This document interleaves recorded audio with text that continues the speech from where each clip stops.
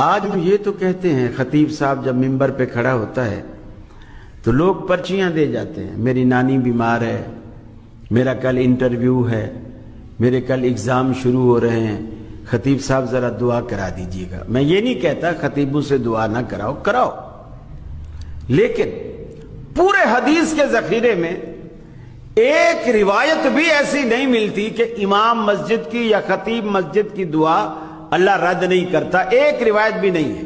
لیکن یہ روایتیں موجود ہیں کہ دعوت الوالد لولدہ، والد کی دعا اولاد کے حق میں اللہ رد نہیں کرتا۔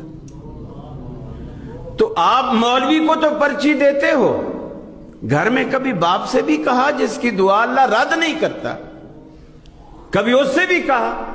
اور ماں باپ کو تو کہنے کی ضرورت بھی نہیں، ضرورت بھی نہیں، پرچی بھی لکھنے کی ضرورت نہیں ہے، صرف ماں باپ سے بنا کے رکھے، ساری زندگی دعائیں ملیں گی، صرف بنا کے رکھے، ساری زندگی دعائیں ملیں گی۔ اور پھر آسان طریقہ، یہ جو بوڑھے ماں باپ ہوتے ہیں نا، آپ کے گھر میں یہ دعاؤں کی دو فیکٹریاں ہیں، دو فیکٹریاں دعاؤں کی، جیسے آپ کپڑے کی فیکٹری، صابن کی فیکٹری، مختلف فیکٹریاں لگاتے ہو نا، یہ بوڑھے ماں باپ واللہ یہ گھر میں دعاؤں کی دو فیکٹریاں ہیں۔ امام ابن سیرین رحمۃ اللہ علیہ کی والدہ فوت ہوئی، دھاڑے مار مار کے رونے لگے۔ کسی نے کہا امام صاحب آپ اتنے بڑے عالم ہو، بزرگ ہو، آپ ہمیں صبر کی تلقین کرتے ہو، خود دھاڑے مار مار کے رو رہے۔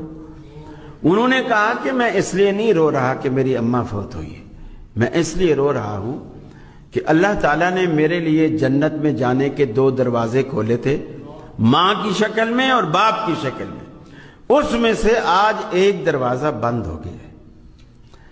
یہ جس دن ان کی آنکھیں بند ہوتی ہیں نا، پیچھے آپ کو دعائیں دینے والا کوئی نہیں ہوتا، سب حسد کرتے ہیں، آپ کی ترقی سے لوگ جیلس ہوتے ہیں۔